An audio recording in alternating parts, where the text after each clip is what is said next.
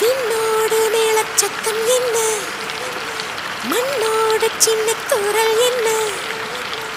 எங்கேதான் சென்றாயோ இப்போது வந்தாயோ, சொல்லாமல் வந்தது போல் இல்லாமல் போவாயோ, தப்பாமல் மீண்டும் சந்திப்பாயோ,